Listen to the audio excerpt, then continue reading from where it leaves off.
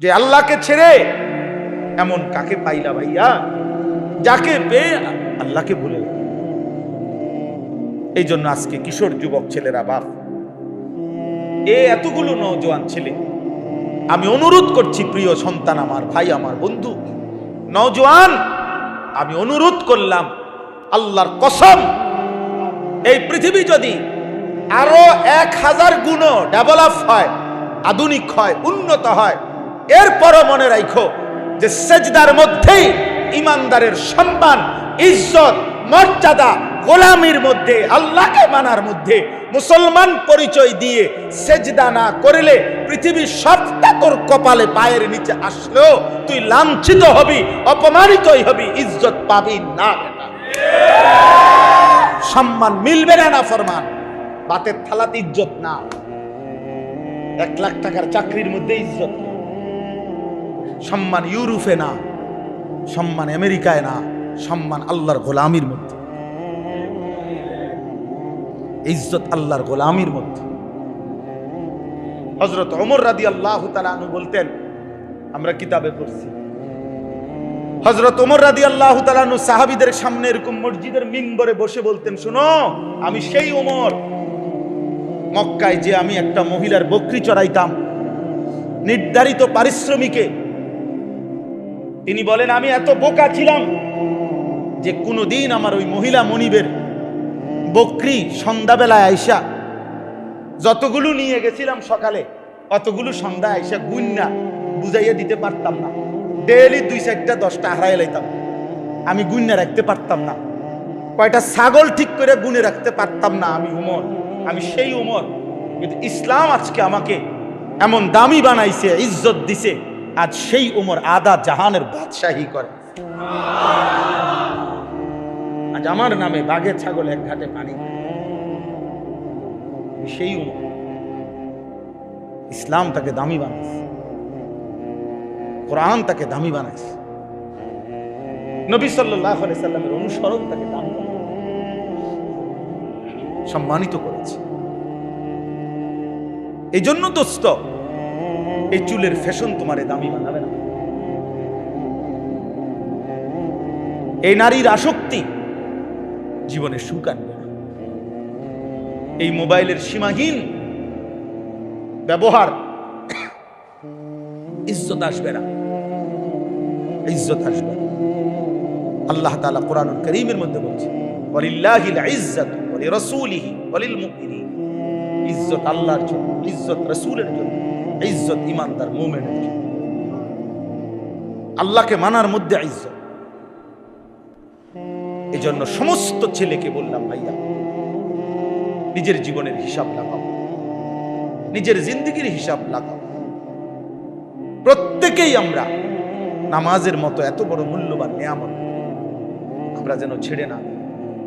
রাসূলুল্লাহ সাল্লাল্লাহু আলাইহি সাল্লাম যেদিন পৃথিবী থেকে বিদায় নিছেন, সেদিন উম্মতের জন্য শেষ ওসিয়ত করছেন নামাজ।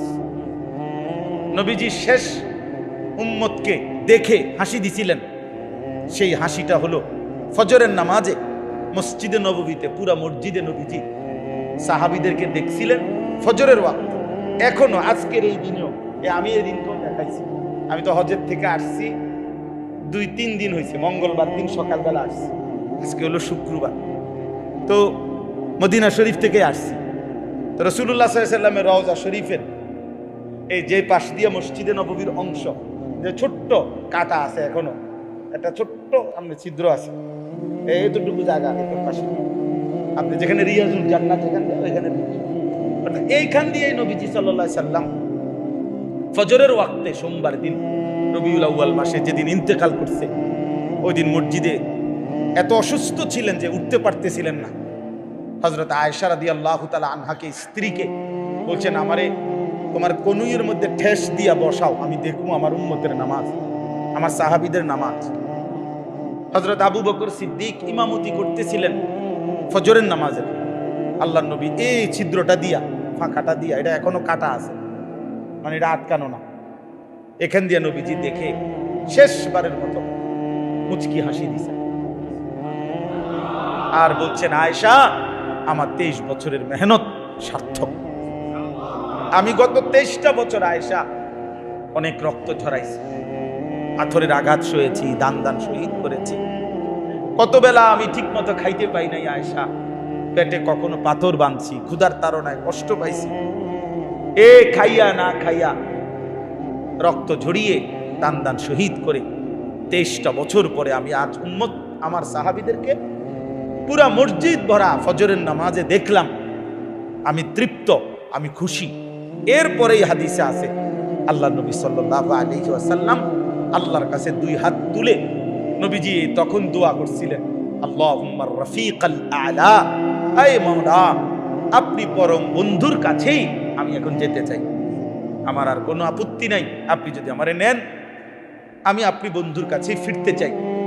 ওই দিন সোমবার জোহরের নামাজের ওয়াক্ত হওয়ার আগ মুহূর্তে সূর্য পশ্চিম দিকে হেলে যাওয়ার মুখোমুখি সময়ে আল্লাহ নবী সাল্লাল্লাহু আলাইহি ওয়াসাল্লাম ইন্তেকাল করছেন। এই জন্য উম্মতকে শেষ নবীজি সাল্লাল্লাহু আলাইহি সাল্লাম ফজরের ওয়াক্তে দেখে খুশি হয়েছে। সেই উম্মতের আমল নামা যখন হাসরের ময়দানে দেখবে 2, 4, 6 মাস, 1 বছর 9 মাস কোনদিন ওই নাফরমানে উম্মতের আমল নামার মধ্যে ফজরের নামাজের জায়গায় একটা সেজদা নাই। তখন তুই নাফরমানের জন্য নবী সুপারিশ করবে কি? নবী সাল্লাল্লাহু আলাইহি ওয়াসাল্লাম তখন বলবে, উম্মত এটা কি আমল নামা? আমি 23টা বছর চোখের পানি ফেললাম, তায়েফের রক্ত ঝরাইলাম, পেটে পাথর বাঁধলাম, বিনিময়ে এই আমল নামা দেখার জন্য? কি বল?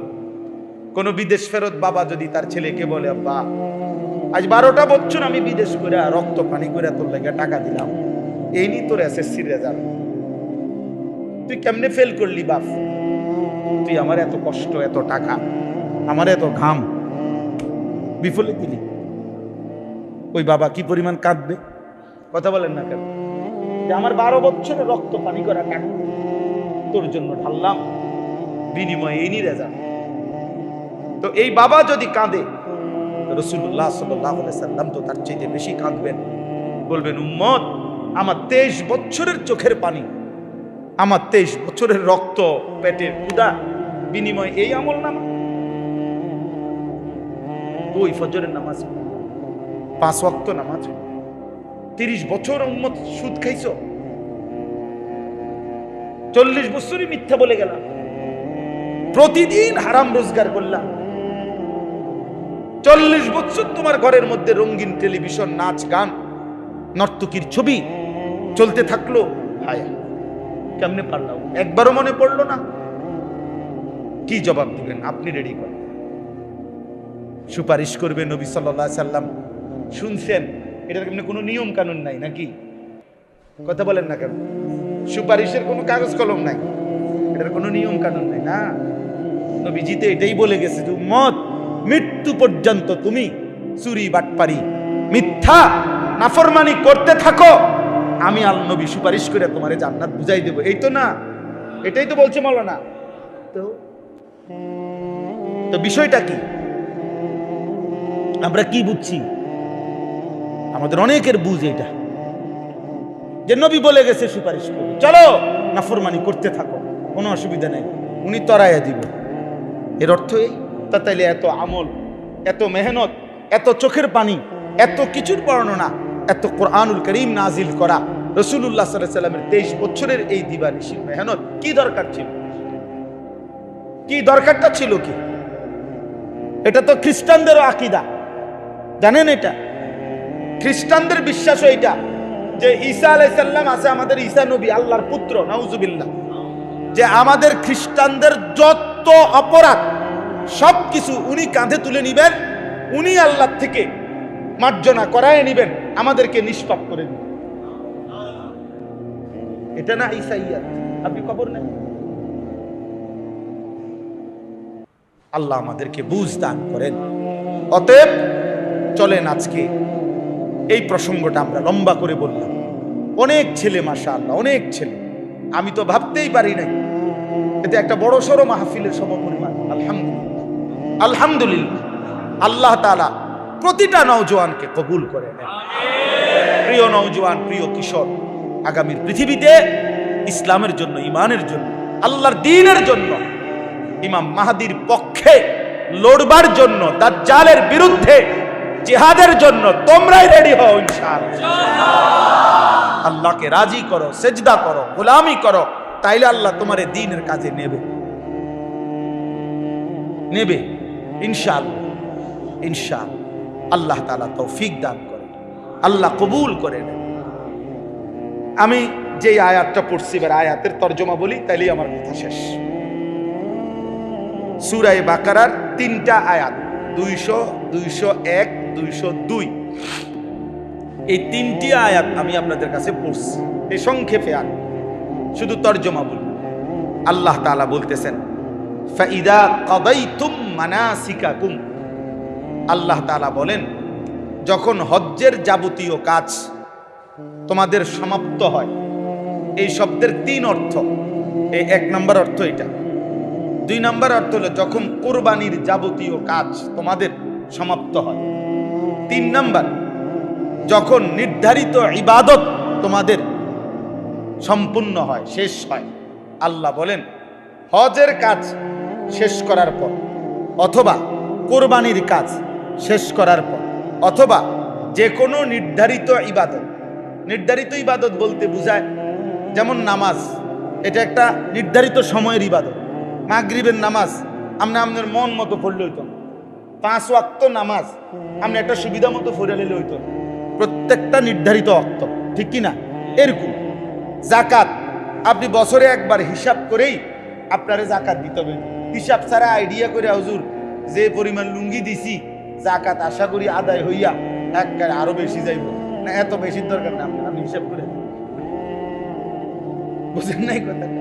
তারপরে রোজা, রমজান মাসে নির্ধারিত সময়, রমজান আসলেই আপনাকে রমজানের রোজা আদায় করতে হবে। হজ্জের মাস আসলেই হজ আদায় করতে হবে।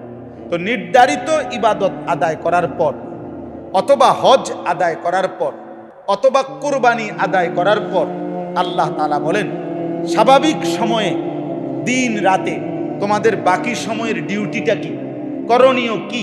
আল্লাহ তাআলা বলেন, ফাযকুরুল্লাহ, তোমরা বেশি বেশি আল্লাহ তাআলার জিকির করো। নামাজ শেষ, আল্লাহর জিকির করো। যাকাত আদায় করেছো, আল্লাহর জিকির করো। রমজানের রোজা আদায় করেছো, আল্লাহর জিকির করো।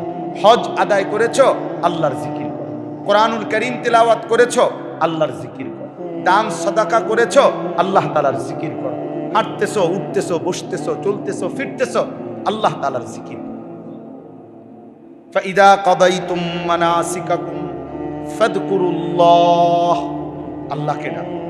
সারা দিনে আল্লাহকে ডাকো, আল্লাহকে ডাকো, আল্লাহকে ডাকো, আল্লাহকে ডাকো।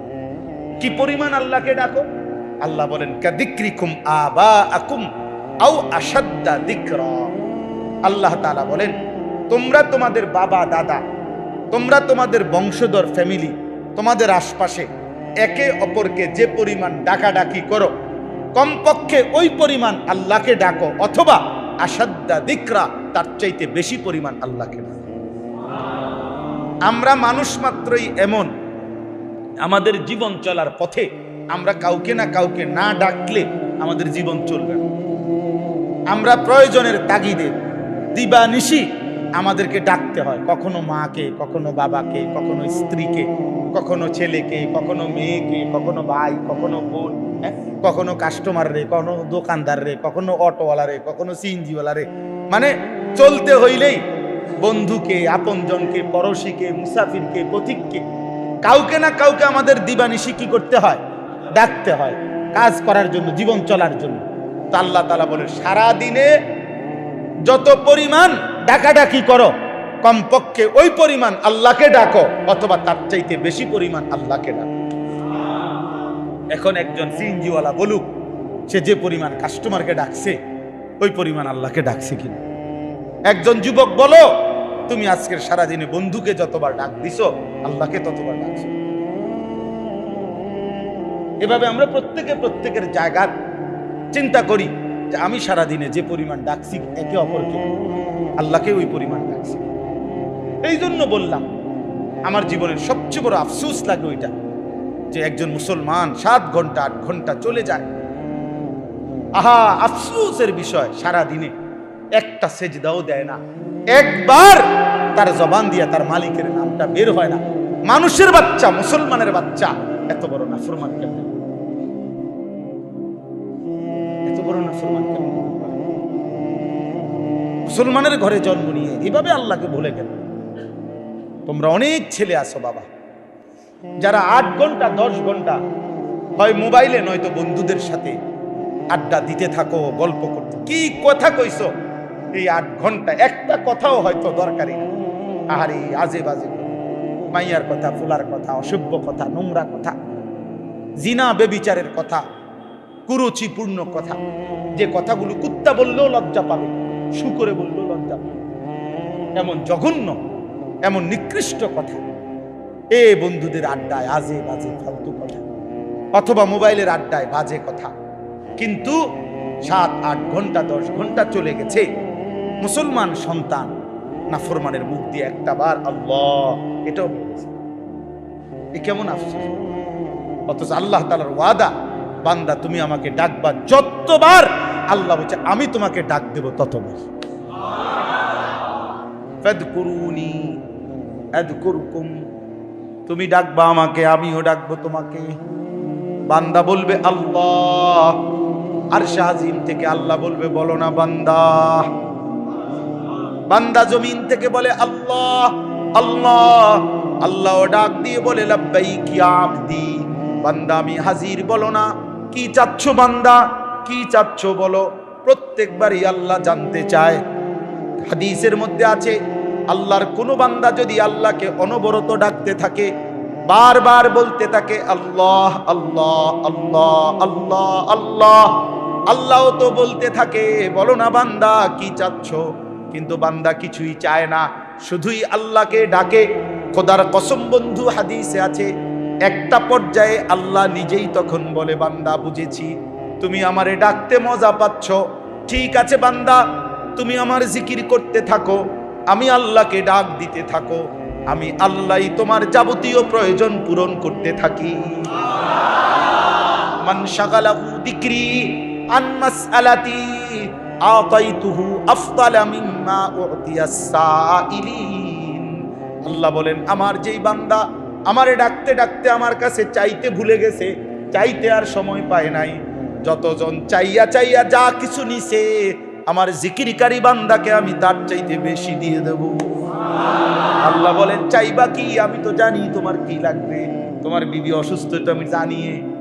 তোমার ছেলেটা বিদেশে অসুবিধায় আছে, এটা তো আমি জানি। তোমার যে শরীরে সমস্যা, এটা তো আমি জানি। তোমার যে আয় রোজগার কমে গেছে, এটাও তো আমি জানি। আল্লাহ জানে না কোনটা? বলেন না কেন আল্লাহ জানে না কি? সবই তো তিনি জানেন। এজন্য বলে বান্দা তুমি ডাকতে থাকো, আমি দিতে থাকি। ফাদকুরুল্লাহা কাযিকরিকুম আবাআকুম আও আশাদ্দা যিকরা। আল্লাহ বলেন বেশি বেশি আমি আল্লাহকে ডাকো, কমপক্ষে দুনিয়ায় যাকে যত ডাকো তার সমপরিমাণ হলেও আমি আল্লাহকে ডাকো। এবার আল্লাহ বলেন ফামিনান নাসি মান ইয়াকুলু রব্বানা আতিনা ফিদ দুনিয়া ওয়া মা লাহু ফিল আখিরাতি মিন খালাক। আল্লাহ বলেন মানুষ 2 ধরনের হয়। এক ধরনের মানুষ হচ্ছে, কিছু মানুষ এমন যারা দিবানিশি আল্লাহর কাছে বলে আল্লাহ আমারে যা দিবেন শুধু দুনিয়া দেন। রব্বানা আতিনা ফিদ দুনিয়া। আল্লাহ বলেন কিছু মানুষ আছে এমন যাদের বক্তব্য একটাই, আল্লাহ যা দিবেন আমারে দুনিয়ায় দেন। এখানে রব্বানা আতিনা ফিদ দুনিয়া শুধু বলছে, অর্থাৎ আল্লাহ বুঝাইতে চাচ্ছে এই নাফরমান বান্দার চাহিদা হলো আল্লাহ আমি শুধু দুনিয়া চাই। এবং কেমন দুনিয়া চাই? আমি যেমনে চাই এমনে চাই। আমনে কোনো বুঝ বুদ্ধির দরকার না, আমি যেটা যেমনে কই এমনে দেন শুধু। আল্লাহ আমি চাই 4 তলা বিল্ডিং করতে, আপনি করাই দিন। আমি চাই 2টা বাড়ি করবো, আমার 2টা বাড়ি যেন হয়ে যায়। আমি চাই 3টা ছেলে বিদেশ পাঠাইতাম, ওরা যেন বিদেশ যাইতাম। আমি চাই এদিক দিয়ে 30 শতক জায়গা কিনতাম, আমার এটা যেন কিনা হয়ে যায়। আল্লাহ বলেন এরকম অসংখ্য বান্দা আছে যাদের চাওয়া শুধুই দুনিয়া, এবং সে যেমনে চায় এটা কি উত্তম না অনুত্তম, আমার জন্য উচিত হবে না অনুচিত হবে, উপকারী হবে না অপকারী হবে, হালাল না হারাম, এত কিছু আল্লাহ আপনার বুঝানোর দরকার না। আমি যেটা কইছি এটা দেন। রব্বানা আতিনা ফিদ দুনিয়া, আল্লাহ শুধুই দুনিয়া দেন। আল্লাহ বলেন ওয়ামা লাহু ফিল আখিরাতি মিন খালাক। আল্লাহ বড় সাংঘাতিক কথা বলছে। আল্লাহ বলে ঠিক আছে বান্দা, আমি কিন্তু দুনিয়া দেব, যা চাচ্ছ তাই দেব, তবে একটা কথা মনে রাখো, এই নাফরমান আখিরাতে তোমার জন্য এক বিন্দু অংশ থাকবে না।